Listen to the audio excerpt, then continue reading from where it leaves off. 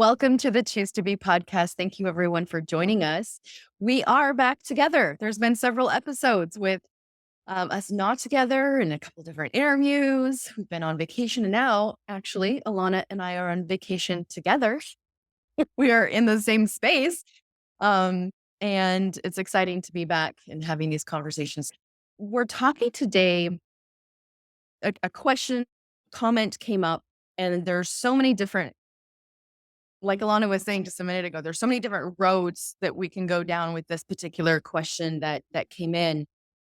But ultimately, what I think, Alana, would be helpful just to start right off is the part of the question that talks about how she feels like she has to pretend to be happy. She has to hide those very real, raw, hard emotions that she's feeling that are authentic. And then, but I have to hide them. I have to pretend to be happy in order to keep the peace, or I have to pretend to be happy because if I'm not and I am authentic and real with my emotions, then there might be a consequence to that uh, from her partner. And so there's a lot of different things she says in here about vulnerability and honesty, but I think let's just start here with, first of all, when you feel like you have to pretend, when you feel like you can't really say, you know what, I'm not okay today. I just want to validate how hard that is. I want to validate that word pretend. I don't know. That's standing out to me right now. How much pretending we do, just in general, I think, as women, pretending. When you have to pretend to feel something that you're really not feeling, that can be really, really hard. And especially when you're healing from betrayal trauma and you're trying to repair the relationship. Like it's not going to happen. You're not going to heal the relationship by pretending. So then what? And I feel like that's what she's asking here too, is how do I be real? I think that line right there, you're not going to heal your relationship by pretending, is so important and probably painful for some people to hear. Because when you feel like you have to, that's your only option, that I have to go along to get along, then hearing that is crazy of like, okay, well, what do I do then? How do I be authentic if the way that they respond to it isn't okay? Either they shut me out and reject me, or they get angry and they get escalated, or I get punished in some way, then how in the world am I supposed to be authentic? Mhm. And almost in that is I can't be authentic because of how this person or these people might respond. So I see a lot of people get stuck there. Yeah. Which that I think plays into the part of how can I be vulnerable with my authentic, real hard feelings when they're not validated? And I think sometimes there's a tricky piece in there as well of, and you were mentioning this earlier, what does validation mean to you in that scenario? Is it that they agree with your emotions? So if I say, you know what, I'm actually feeling really hurt. I'm feeling really triggered today. And that's me, my authentic self. And they don't agree. You shouldn't be triggered right now. Or maybe they just don't say anything. And now you're walking away feeling like, well, I wasn't validated. And so, see, I can't be real. See, I can't share my feelings. And that's where we get tangled up as well as that validation piece. I almost feel like there's these steps where we have to rewind to even figure out of what the heck is authenticity? Is it important? Does it matter? How do I access that? Because there is a certain place that I need to be able to step into this place myself before I can go in and feel confident to share that with another person and not need them to show up in a certain way or offer that validation. While relational healing, we actually do need those things. But for me to be okay just being where I am, I almost feel like we have to rewind a little bit and give just some basic foundational pieces of authenticity. Because I even remember when I started my journey and even when I was in grad school, I didn't understand the depth of the importance of authenticity. And I didn't understand what that really meant and why it was so important to be able to live an authentic life for me to be mentally and emotionally stable. Yeah. So tell me more about that. When you say that deep authenticity, what does that look like for you now? Well, I just think about so many people are living their lives, and I did, of I was conditioned and socialized to show up to make sure everybody else's feelings were good, everyone else's environment was good, be a people pleaser. And so it was so hardwired in me to put aside my own needs or wants or desires. Sometimes they would certainly come out, but I would like push myself to exhaustion, making sure that everything else was taken care of. And I was always this byproduct. And then that was even my own thoughts and feelings, emotions. Those got shoved down until they couldn't. And then they would blow up. Come out sideways. Yeah. But this thought of being authentic in what I was really experiencing meant that there was a level of learning how to accept my feelings as real and valid, learning how to understand what was actually happening within me, understanding that socialization that had happened, understanding that conditioning. And I use that word conditioning very specifically of you do this, you get this reward. You do this, you get this punishment, which reinforces over and over these mindsets. And so unraveling all of that and learning that stepping into authenticity equals a certain level of freedom. Stepping into authenticity builds self esteem. Authenticity builds confidence. It helps your body be able to relax because you're not shoving down your true authentic self. You're actually learning how to embrace it, which still you can bring in your values of taking care of other people, but you do it in a way that's balanced. So that's like my brain's going all these different directions because there's so much. And I'll just say go start reading Brene Brown about authenticity because I think that there's so much there that is important to have a foundation of to really be able to be free enough to step into relationships and be willing to be authentic and risk putting yourself out there no matter how they respond to it. Yeah. Maybe it's just because I've been reading and studying parts work. But as you were talking, what thought came to my mind about authenticity and when you want to lean in and share your authentic self, I'm looking at it like, okay, if I'm sharing with you, Alana, I feel hurt and I'm sharing that with you. Am I sharing hurt from the exile hurt or pain or betrayal? Like, is that the part that's speaking right now? Or is it that my higher self has looked at hurt part, and this is that individual work and individual validation that I would give myself first. Like, oh, I see this part of me that is hurt, and getting curious with that first, having compassion and connection with my higher self in this part first. And then I can take that part with me, my higher self, that authentic me to you and communicate. But I think sometimes we're communicating from anger part or hurt part or betrayed part. And then we're like talking to the other person and saying, why aren't you validating this part when the only validation that can truly heal and like be honored is from you, your higher self. Does that make sense? Like that's where my brain just went. Yes, I was 100% with you until that last line Mm, because there's so much healing that happens in co-regulation as well. And yeah. so, But I have to do me first. right, we have to be able to do the work to be able to access, and that's what I'm saying, to access that higher, true, authentic self, to be able to access that, to know and to tap into that deeper sense of self. And I'm afraid that as we're talking, because we're talking at this like higher level and in depth, that those who are in the beginning are going to be like so lost right now. So my brain is like spinning of how do we how do we simplify this for those who are just starting?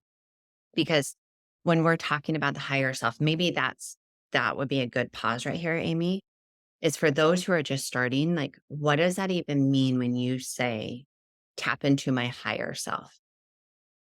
So, on a very basic level, I love just having clients part themselves out. And let's just start with four. And let's just start with four circles on a piece of paper.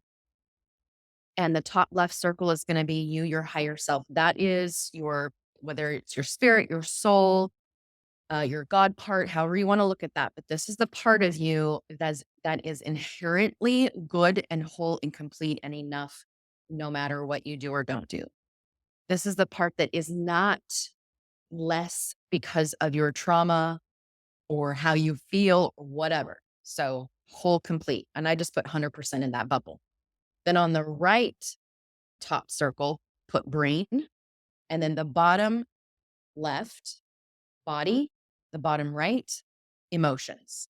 And let's just start there with parts.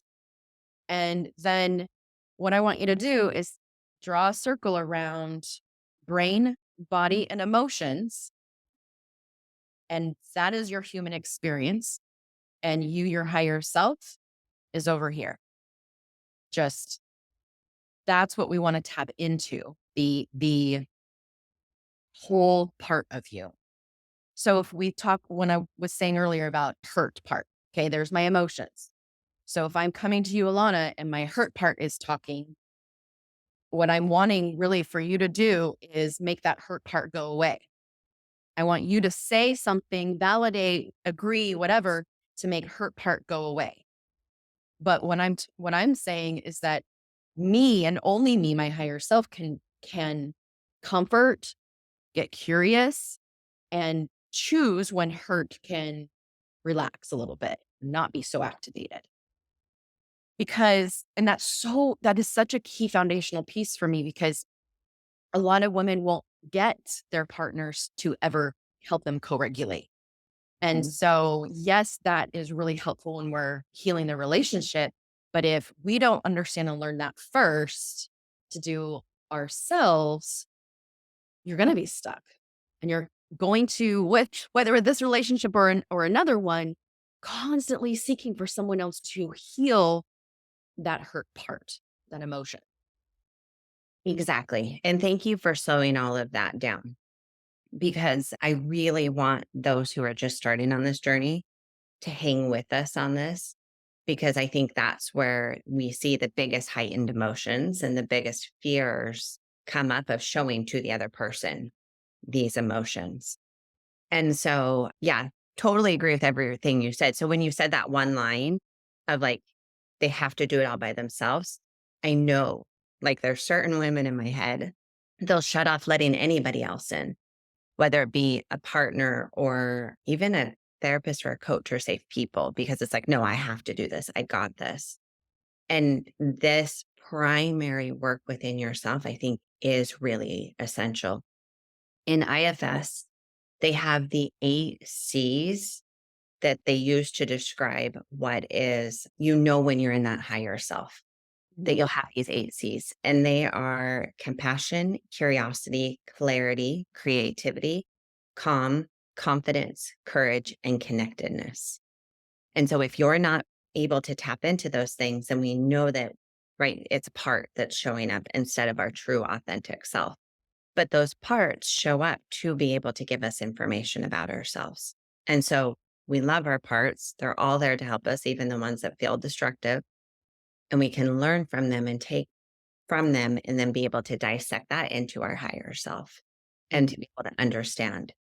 What I see with betrayed partners is if they don't do that work to understand it for themselves, like you said, that part goes charging in.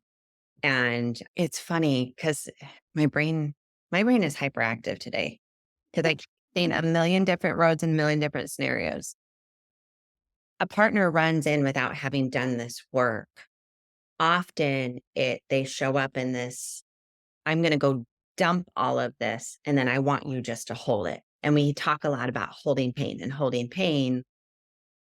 your partner will be able to so much better support you and hold it when you have already sorted through a lot of those parts that are showing up. It doesn't mean that you can't talk to your partner and share the hurt, the anger, the fear, and those other feelings that we would deem negative. You still get to share those, but instead of just verbally vomiting all over them because you haven't done any work around it, now you're showing up and you're sharing with them what your understanding has been, what your clarity has been. You're able to show up in a way to give these feelings from a place now of your own understanding. Yeah, it's the difference between I want the difference between holding and fixing. Mhm.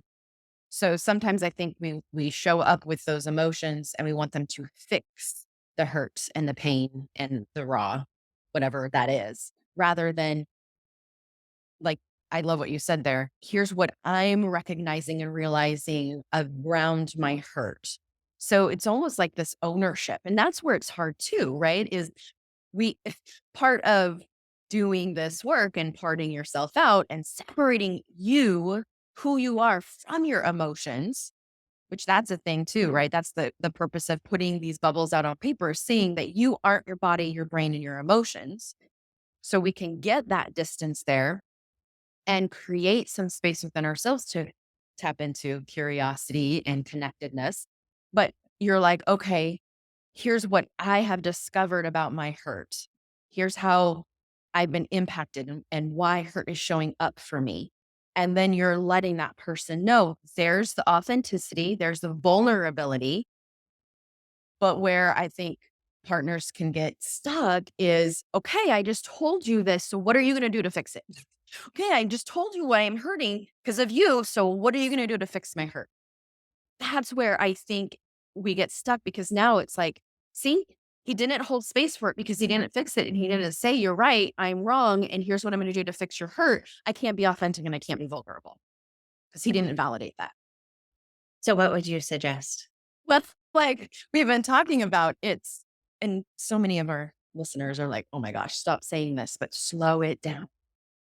I think just slowing it down for yourself and draw those 4 circles out on paper and just identify what is really authentically showing up for me. What are these parts that are speaking right now? Rather than rushing to the partner and say, here's how I'm feeling, and now you need to fix it. This is me. This is I'm authentic and I'm being real right now. Hold, pause, slow that down, and get curious for yourself first. That's what I would say. Always start with. Can never go wrong with just slowing it down. I feel like that slowing it down for so many of our women hear that and they're like, yeah, yeah, yeah, yeah, yeah.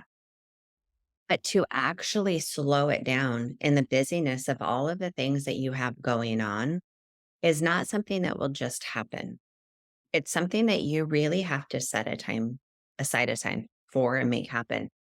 For my couples who are doing a separation, one of the number one benefits that they will often report in the separation is they will set aside a dedicated time, in essence, to really do their work, to journal, to process, to feel, to unravel. And then a lot of times when they come back together relationally, that time that they set aside to do this gets, I don't want to say thrown out the window. That sounds too harsh. It gets lost in the extra demands of having another person around. And that's one thing I will request over and over and over again is whether I'll speak for my separated ones first when they're coming back of do not lose that time that you were setting aside that was working. And for those who are not separated and who are working actively on a relationship or those who are separated or single, make that time happen. No matter what, you have to set aside a dedicated time because this type of work just doesn't happen just sitting in your head. It has to be something that you are actually sitting down, putting dedicated time to, and way more effective if you're actually writing it out. Yeah, it is.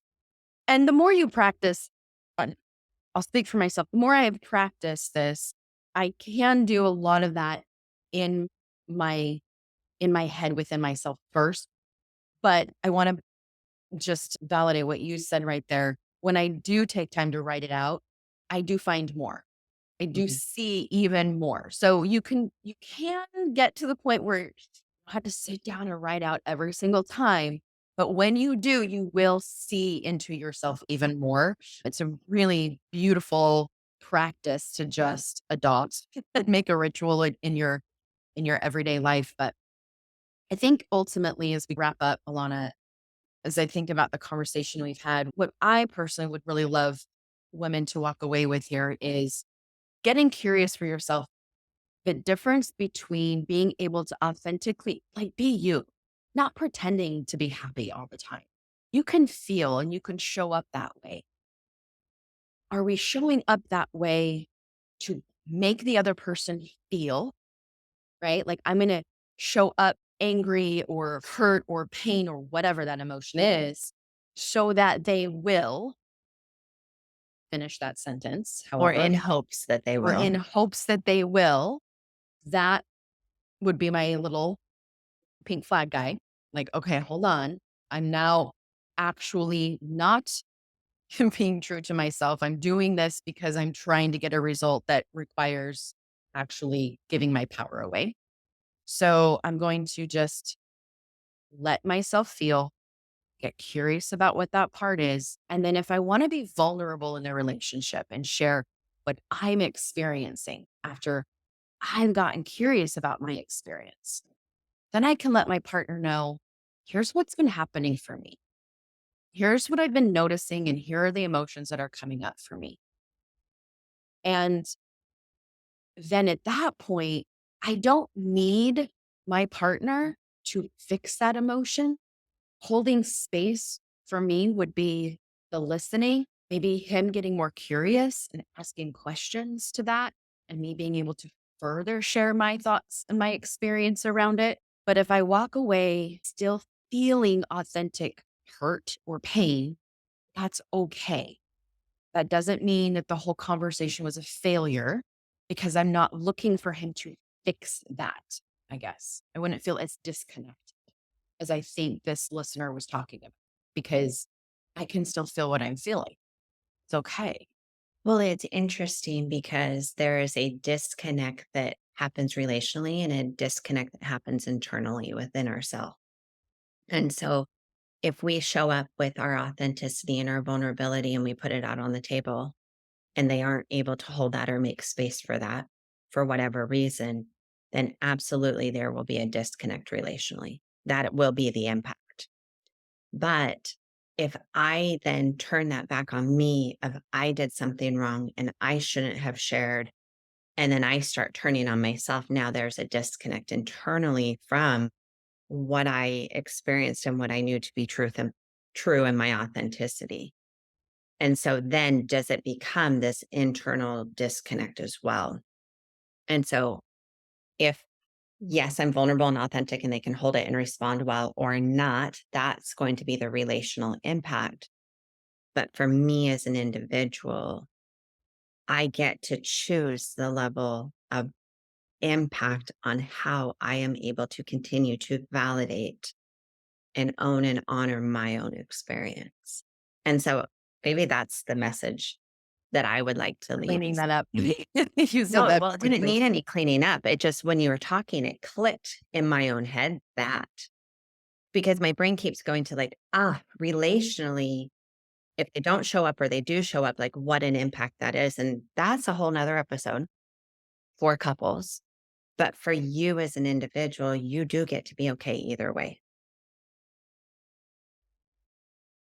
And it starts with doing your work on the front end and then being able to own and honor and stay with that truth, Yeah, no matter how the other person responds.